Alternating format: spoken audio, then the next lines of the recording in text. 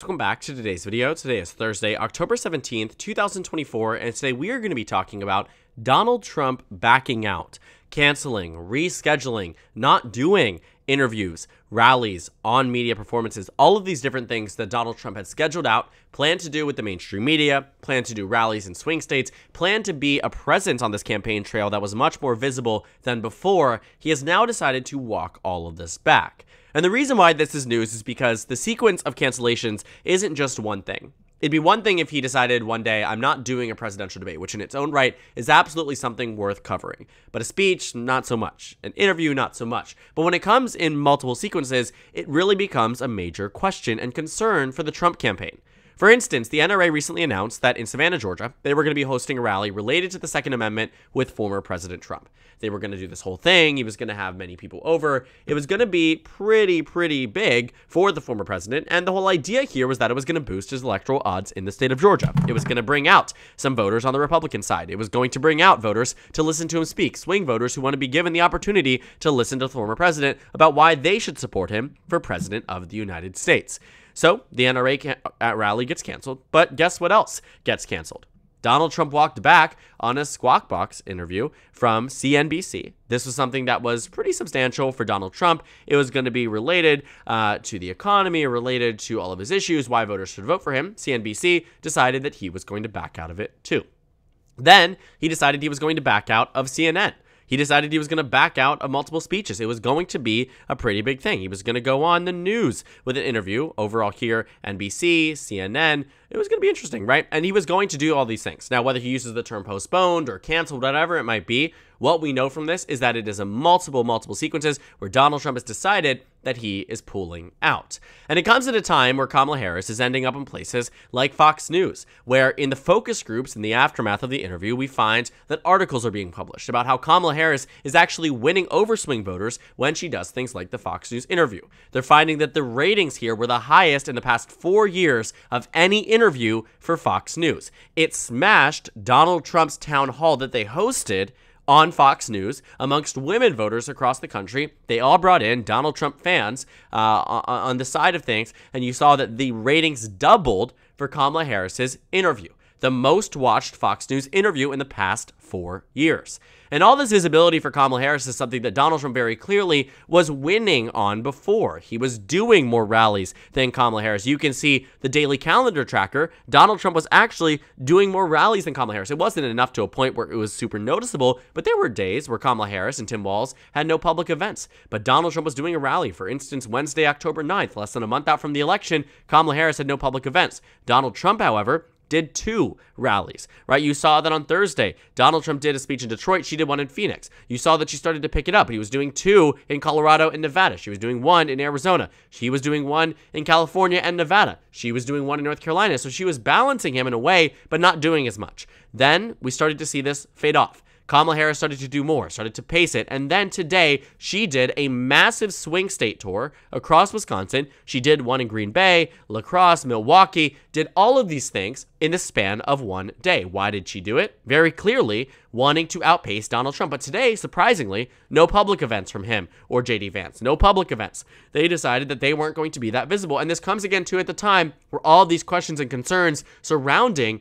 him and what he is able to do, what he's capable of in the final 2 weeks, 3 weeks, when Republicans really need to get out the vote efforts, it's never a good sign when your party nominee is deciding to pull out some very major events that would give them high levels of visibility. It'd be one thing too, and especially if Kamala Harris had pulled out of this Fox News interview, you know the narrative on this would be so incredibly constant. We would see it, the New York Times editorial board, the ABC News reporters, all these different things. And this is not a knock at the mainstream media. There is genuine news to cover when you see people backing out of things, which is exactly why there's all these articles. The mainstream media is covering this in a very similar, but again, the narrative too, Kamala Harris would have gotten a lot of pushback on this in the same way that Donald Trump is likely getting pushback on it too. And I think that is really a problem for Donald Trump. And given how close this election is, when you think about the final stretch, like I've been saying constantly, every single vote counts. Every single election counts. When it comes down to what you're doing, what you're campaigning on, where you're campaigning, all of these things are something that is super, super important.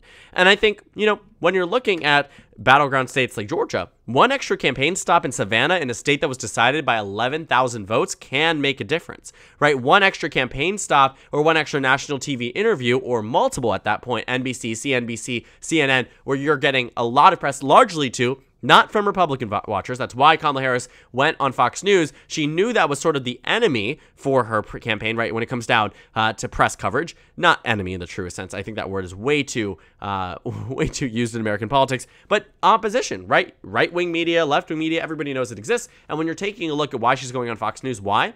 She's working to make sure that she's reaching audiences extending beyond where she already will be receiving coverage. That's why Donald Trump, at least initially, we thought he was doing all of these campaign ploys, doing all of these interviews, doing all of these things that he was trying to accuse Kamala Harris of not doing, and she really pushed back on him, right? She said, I'm going on Fox News, I'm doing this town hall, I'm doing Univision, all of these things. I am going to make sure that this argument cannot be weaponized against me. And not only can Donald Trump not weaponize it again, him canceling all of these things is a problem for him. Because again, it does make a difference in an election that is so painstakingly close. It has been so close over the past month. Since the beginning of October 1st, Kamala Harris had a 55% chance of victory. Today, it is 52%. This race 2 months ago was 53% for Kamala Harris. We were at a point too when this model was first not released, because it wasn't released at this point, but when it was first being a forecast, Kamala Harris had a 47% chance of victory. So on the overall net, she's up, but still a competitive race and really, really down to the wire.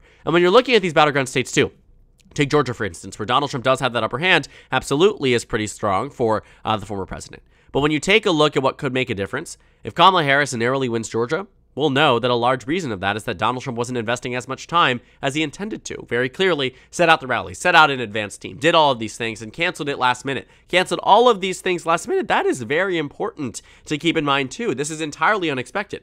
This isn't something that many, Republicans were expecting, many Republicans were hoping for. Obviously not, right? None of this is stuff that they would look at and say, this is good for our campaign, because it isn't good.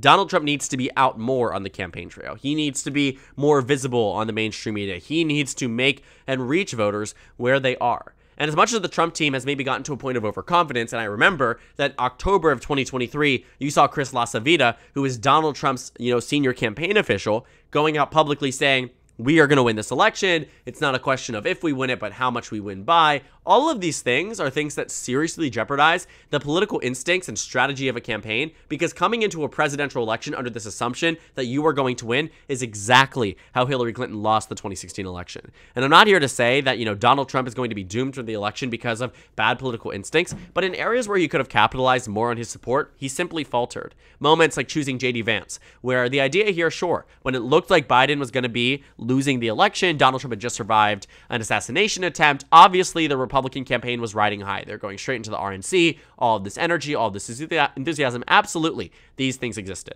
But choosing J.D. Vance was not the right move. Regardless of where you are in a campaign, you do everything you can to win. But they thought through and true, there's no way we lose this election. Let's set a legacy. If I win this election, I want J.D. Vance to be the nominee for 4 more years and 8 years in total if he's able to win re-election or win the first election, whatever it might be. That was the strategy. The strategy was to become more and more relevant, build out that MAGA brand, build out the legacy of Donald Trump's administration.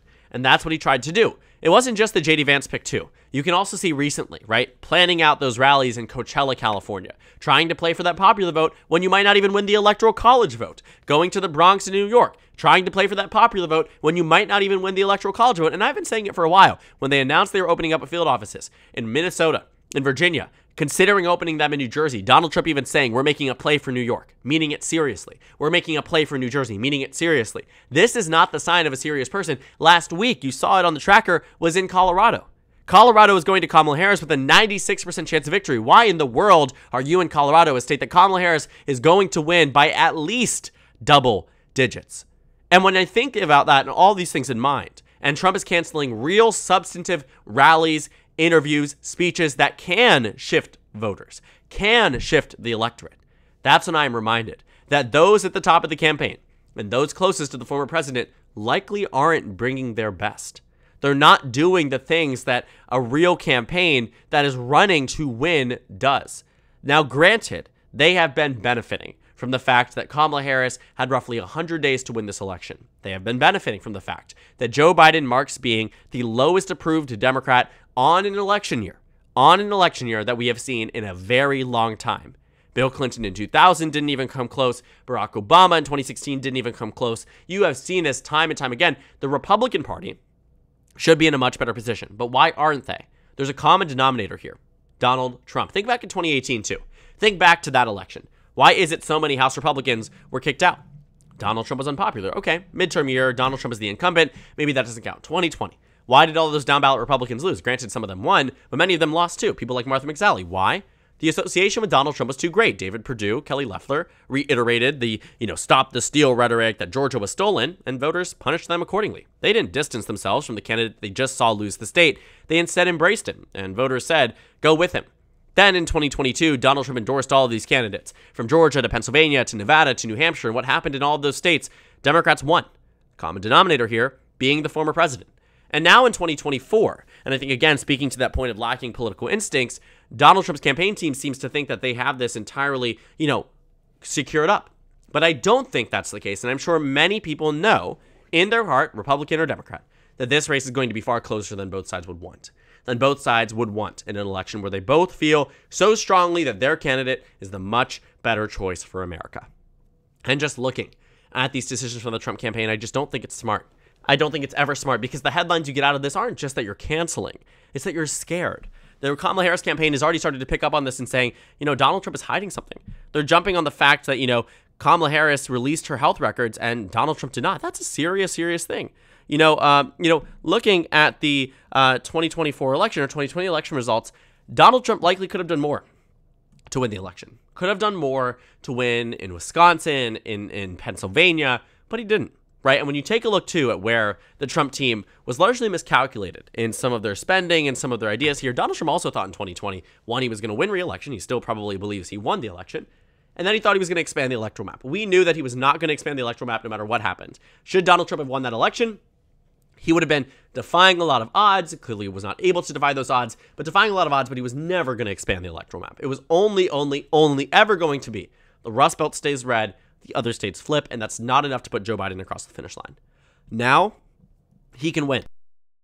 But he can't win by this massive margin because he is being limited by his own self. He's being limited by this campaign team that pulls him out of difficult moments, doesn't allow him to go into these areas. And granted, too, do I think Donald Trump would perform the best on a place like CNBC or CNN or NBC? Probably not. Probably not. But the fact remains, you always look worse by backing out, which is why when he backs out of those debates, independent voters sour on him. Why, when he backs out of these very substantive things, independent voters look at this as one less opportunity to hear from the former president. And when the Republican Party has been lined up quite well, might I say, to win a presidential election and they lose it. This is not Kamala Harris's race to lose. This is the Republican Party's race to lose. And I have never seen a political party collapse from such high advantage points after the assassination attempt, after the RNC, after picking J.D. Vance, odds and chances at victory up to 75%, being up in the swing states, 4, 5, 6 points. We had it all here for the Republicans. And now it has all started to collapse, and Kamala Harris has maintained this upper hand on the 538 forecast for quite some time. So 52-48, 52-48, a close race, and Donald Trump says, nah, I'm going to back out of some of these events. And I really don't know the reason, right? It could be something more substantive. There could be a health reason, right? Maybe something had happened, or maybe there's security concerns. There are a variety of different things. But we have seen little to no communication from the Trump team. They keep trying to say it's rescheduled with no rescheduled date with 90 days out from the election. It's really difficult even to believe that point overall. I wouldn't be shocked if we're at a point where, maybe Donald Trump's campaign no longer thinks the media coverage is beneficial. Maybe it's all too negative, and maybe that's what their big ploy is here. I really don't know, because I don't have insight to their campaign. But what I do think is that it looks bad. And I do think many voters agree. And I think when Kamala Harris is able to face places like Fox News and come out relatively unharmed, come out with voters saying that she's in her element and that she's winning them over, that's a good thing. When Donald Trump bombs the television interview for voters across the country, this one was specific to Latino voters, and he doesn't give good answers, to people asking, do you want to deport all undocumented immigrants? Do you want to strip away healthcare? Do you want to do X, Y, and Z? And he doesn't have an answer. What do you say to the victims of gun violence across this country, parents who lost their children in the Uvalde shooting? And his response is, X, Y, and Z. I still believe we should have guns because sports and the Second Amendment. Right? All of these things are things that just don't land well. And they don't land well to independent or even left-leaning voters that were optimistic about the idea of voting for a Republican this time around. And, looking at this race, I don't know if he's going to capture them in. I do think Kamala Harris has a narrow upper hand. You saw that in my prediction today, a very, very narrow one, and it's not going to come easy. But it comes because Donald Trump doesn't do enough. It comes because Donald Trump isn't getting himself out there more. Kamala Harris very clearly is getting the memo. She needs to focus on the Rust Belt. She needs to focus on the Sun Belt. She needs to focus on the battleground states and go to the media and go on the podcast and go to X, Y, and Z because it matters, because it makes a difference in the election. Donald Trump deciding to pull out, never a good look. From swing states to TV interviews to online interviews to whatever it might be. None of it can be spun in a positive direction. And there has to be a real reason for it, or maybe there isn't. But in autopsy of this election, should Donald Trump come to lose, in the final stretch of the campaign, there will be a lot of questions. Why did he cancel all of these things? Why did he back out of these multiple debates? Why did he say one thing and do another? Because it could be the reason he loses, especially in a situation where the margin will likely come down to just a handful of votes across a few battleground states. So thank you guys so much for watching this video. Make sure to comment down suggestions below. Subscribe on the left if you haven't already, and check out the Instagram and Twitter. At the top left of the screen, there's also a Discord server if you go ahead and join. On the screen, there's a video you can watch, and then a playlist for my 2024 presidential election analysis videos. Again, thank you guys so much for watching, and I will see you all tomorrow.